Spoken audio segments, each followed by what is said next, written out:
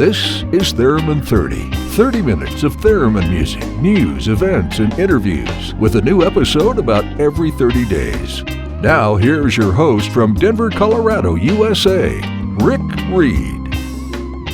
Hey, welcome to the September 2023 episode of the Theremin 30 podcast. It's the Labor Day holiday here in the USA as I finish the show today. In America, we celebrate workers by taking the day off. Well, everyone but me. I'm working on 30 minutes of Theremin music from around the world, plus an interview with RCA Theremin expert Mike Buffington. We'll be talking about what he has been working on lately. Let's start the show now with an exclusive world premiere of the new single from Australian duo The Night Terrors, featuring Miles Brown on theremin and synthesizers and Sarah Lim on even more synthesizers. Their fourth album is called Hypnotica, Composition for Theremin and Electronic Music Synthesizer. The first single is set for release on Tuesday, September 5th. That's tomorrow, but we've got it a day early. This is Trance Encounters.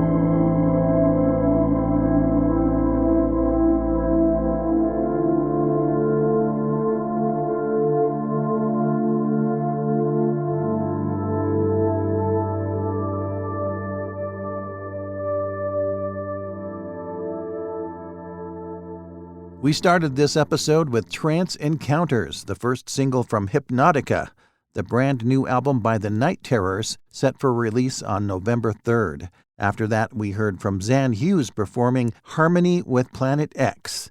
Zan is based in Kokomo, Indiana, USA, and he has his own channel on Twitch where he live streams Theremin performances and even plays along with old horror films. You can learn more about the Night Terrors and Zan Hughes by clicking on their names in this month's show notes. After the break, I've got the Theremin 30 calendar of events and an ophiological tune from Anaglyph. Yeah, look that up in the dictionary. And later in the show, I'll visit with Mike Buffington about his limited edition reproductions of vintage RCA Theremin documents. So stay tuned.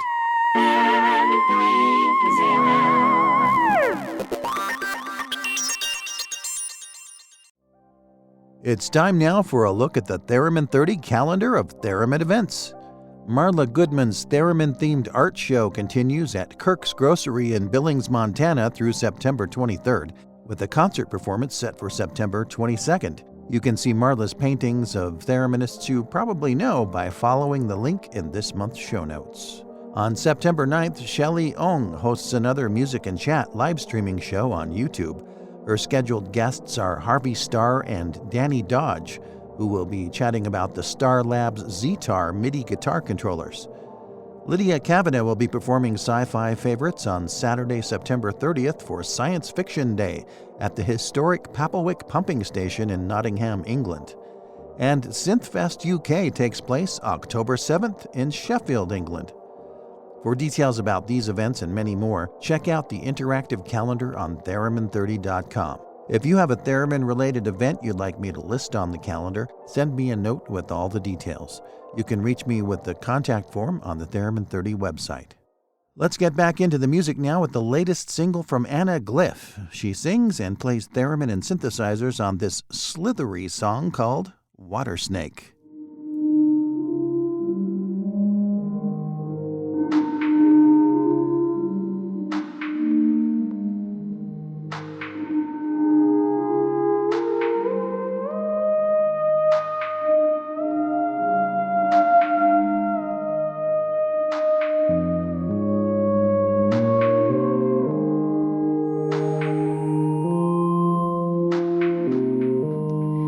Give me one.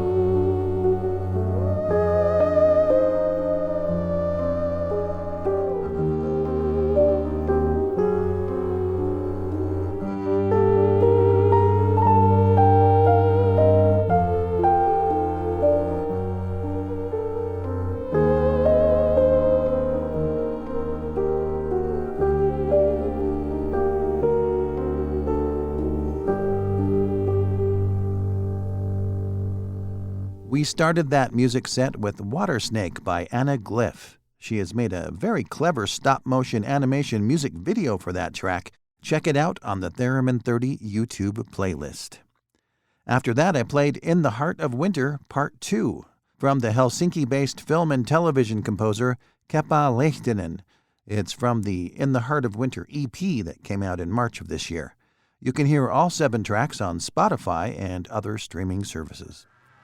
Coming up after this break, I'll visit with Mike Buffington about some cool new RCA Theremin stuff. So stay right where you are.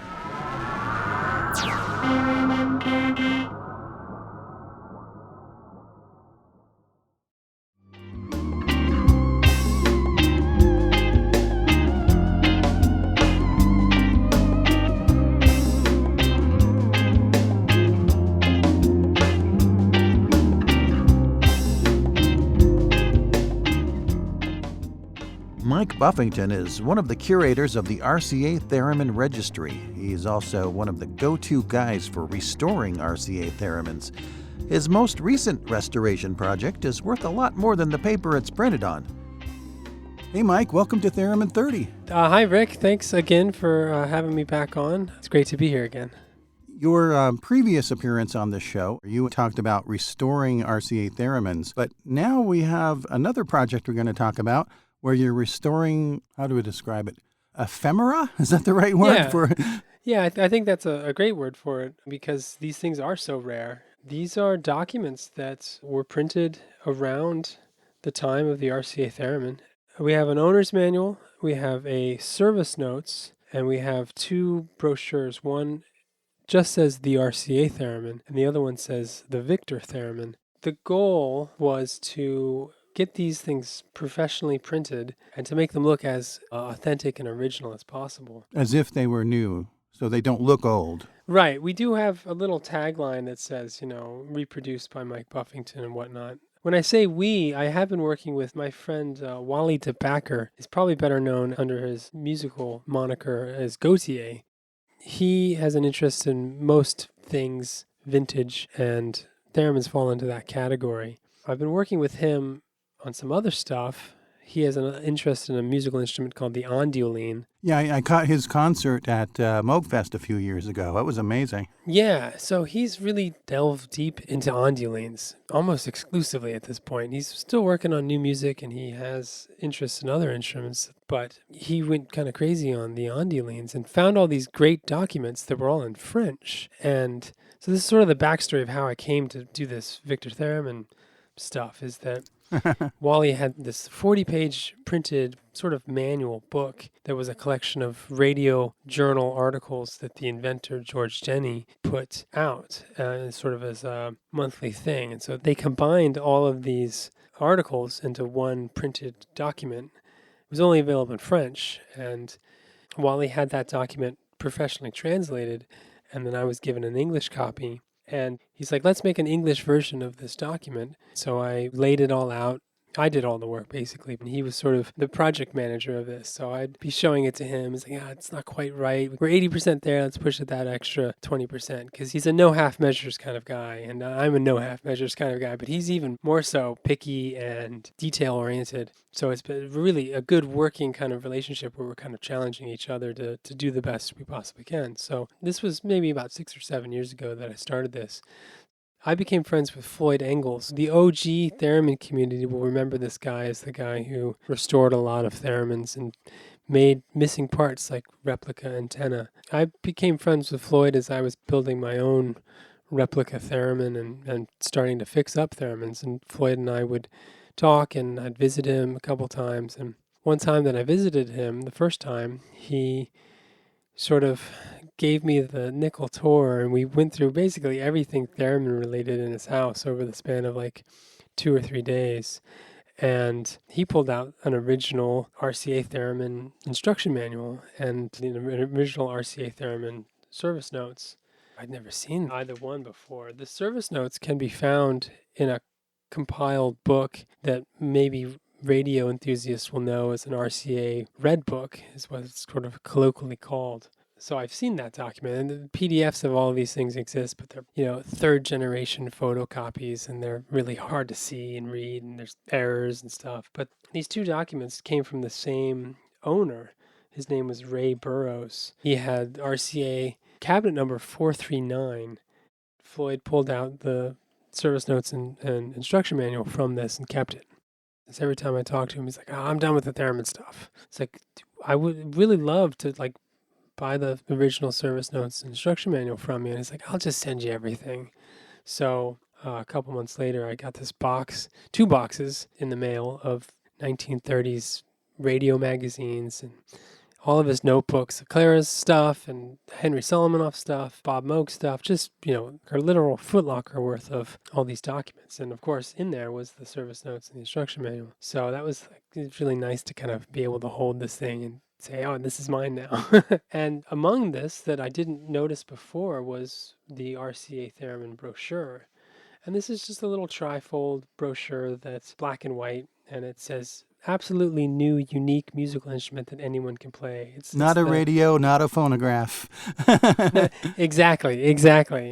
It's the thing that hypes up the theremin as being this instrument that if you can whistle, you can play it. And it's beautiful. It's got this very Art Deco feel with wavy lines and gradations. And this copy is in fairly good shape, but it's kind of been bent in half and there's creases through it. And so I've got 3 of sort of the 4 or 5 known documents, and I'm saying to Wally, it's like, this would be really cool if we made some reproductions of this. He's like, yeah, that sounds like a great idea. So we decided to go ahead because it was sort of my project. I sort of volunteered my time to work on the documents, getting them press ready, and then he would pay for printing them. So I scanned each page at 2400 DPI, super high resolution. I had 3 or 4 other photocopies from other collections, and if there was some weird ink spot that kind of I'd compare all 3 documents. If all 3 had them, I would keep it in, but if only one had it, it was kind of a printing error unique to that specific document. To the best of my ability, I kept in what would have been sort of on the printing plate itself so that it would look as authentic as possible. Even though I got a copy of the service notes from Floyd, it was probably used in a smoke-filled house, and it's all crinkly, and somebody used just regular clear tape to tape it up because it was basically falling apart. So you had a big piece of yellow tape fixing, a tear in the book, and yeah, there's a rip in the instruction manual that goes right halfway through the page, and so if you scan that, the tape kind of shows up darker, and you can't get that nice crisp, clean lines of all the letters. So what I did was I took, if I was respelling the word the, I'd take a T from one place, or if there was an HE together, and I'd move it in Photoshop and just sort of rebuilt the whole paragraph worth of damaged stuff. We made 500 of these offset printed reproductions, and that's kind of a nice number because there were only 500 RCA Theremins. When we got them all printed and they were ready to go, I emailed all the people that we've worked with, the people whose Theremins we've restored, and people who are interested in this kind of stuff, or owners of nice RCA Theremins. So I know we sold a few, and they're going into good hands, into sort of the right hands, but we definitely have plenty to sell. Well, it sounds like it's a perfect companion to an RCA Theremin that's in a museum or in a private collection. Right, absolutely. I have a set sitting on one of my RCAs. You're the only person I know who can say one of my RCAs.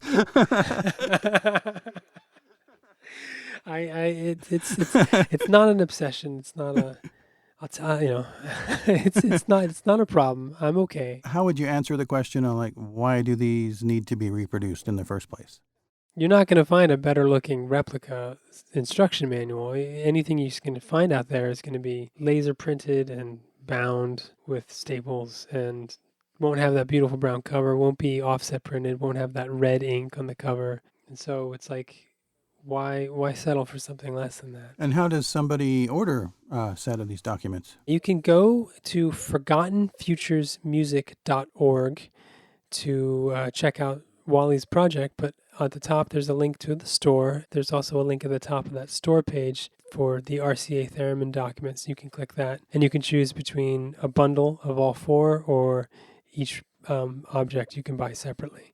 You can find them on Reverb and on eBay, and I believe on Instagram as well. So if you go to Forgotten Futures Instagram page, I think they have a store there. You are a great resource to the Theremin community because the work you do keeps history alive, the magic of the original Theremin alive. I love the Theremin community. I love everybody out there. I know so many of you out there, and I'm hoping that we're doing something well and doing something good for the community. You may never get a chance to own an RCA Theremin, but you do have an opportunity to own one or all four of these cool RCA Theremin document reproductions. For details, follow the link in this month's show notes at theremin30.com. We have just a little bit of time left, so to wrap up the show, I'm going to play another brief selection from the documentary score by Paolo Pasquale that I featured in the August 2023 episode.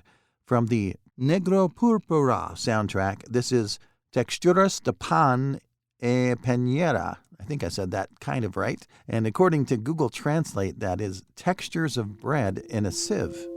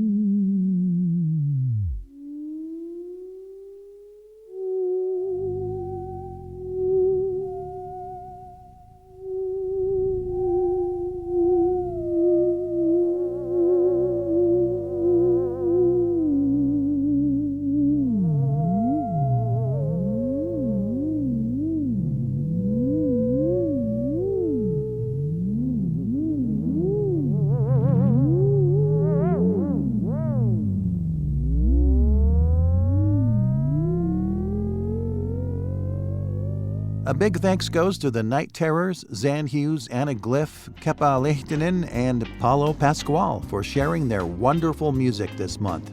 Please support them by purchasing their albums, attending their shows, or just sending them a nice note to let them know you appreciate their talents. I also want to thank my special guest Mike Buffington for visiting with me and for all he does to preserve the legacy and history of the RCA Theremin. Also, I'm very grateful to the listeners who support this show with monthly or one-time donations. And finally, if you enjoy Theremin 30, please tell your friends about it. There's always room here for more listeners and more recording artists. Until next time, I'm your host, Rick Reid. We'll see you again somewhere in the ether. You've been listening to the Theremin 30 podcast. Visit Theremin 30 on the web at theremin30.com.